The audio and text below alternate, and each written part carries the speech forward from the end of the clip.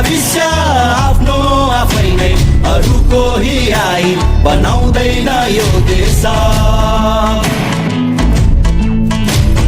जङ्गा तरेर